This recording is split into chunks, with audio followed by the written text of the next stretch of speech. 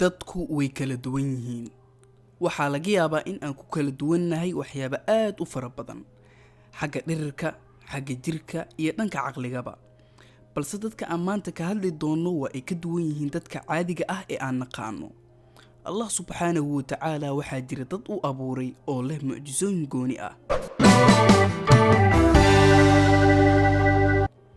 Wiilkii carabka dheeraa. Wiilkan waxa uu ku nool yahay California ee waddanka Mareykanka. Waxa uuna leeyahay carab aad u dheer oo gaaraya ilaa 10 sentimitir, waana mid la yaab leh. Ibrahim waxa uu dhashay dalka Morocco, waa ninka ugu cagaha dhaadheer dunida oo waxa uu leeyahay caga aad u dhaadheer. Haddii aad u malaynayso inaad tahay qof caga dhaadheer, waxaan kugula talin lahaa in aad sawir la gasho ninkan.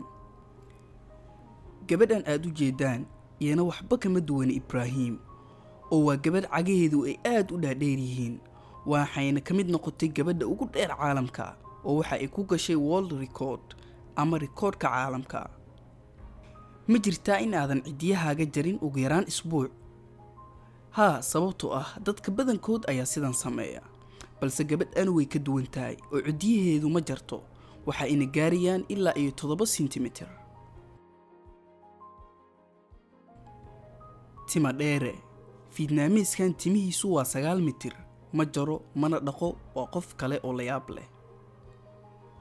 Gabadha garka leh. Garka waxaa lagu yaqaanaa oo kaliya ragga, balse gabartan waxa ay leedahay gar la yaab leh. Ninka dhegta timaha ku leh. Waxaa laga yaabaa in dadka qaar ay dhegta timo ku leeyihiin, balse ninkan waa uu ka duwan yahay oo waxa uu world record ku galay in uu yahay ninka ugu dheer dhagaha timaha. Yaynan hilmaamin wiilkan oo isna ah nin dheer, balse faraha ugu dhaadheer caalamka ayuu leeyahay oo gaaray ilaa 31 sentimitir. Qaar ka mid ah Thailand iyo Myanmar waxay gabdhahooda qoorta u geliyaan faraantiyo si ay qoortoodu u dheeraato.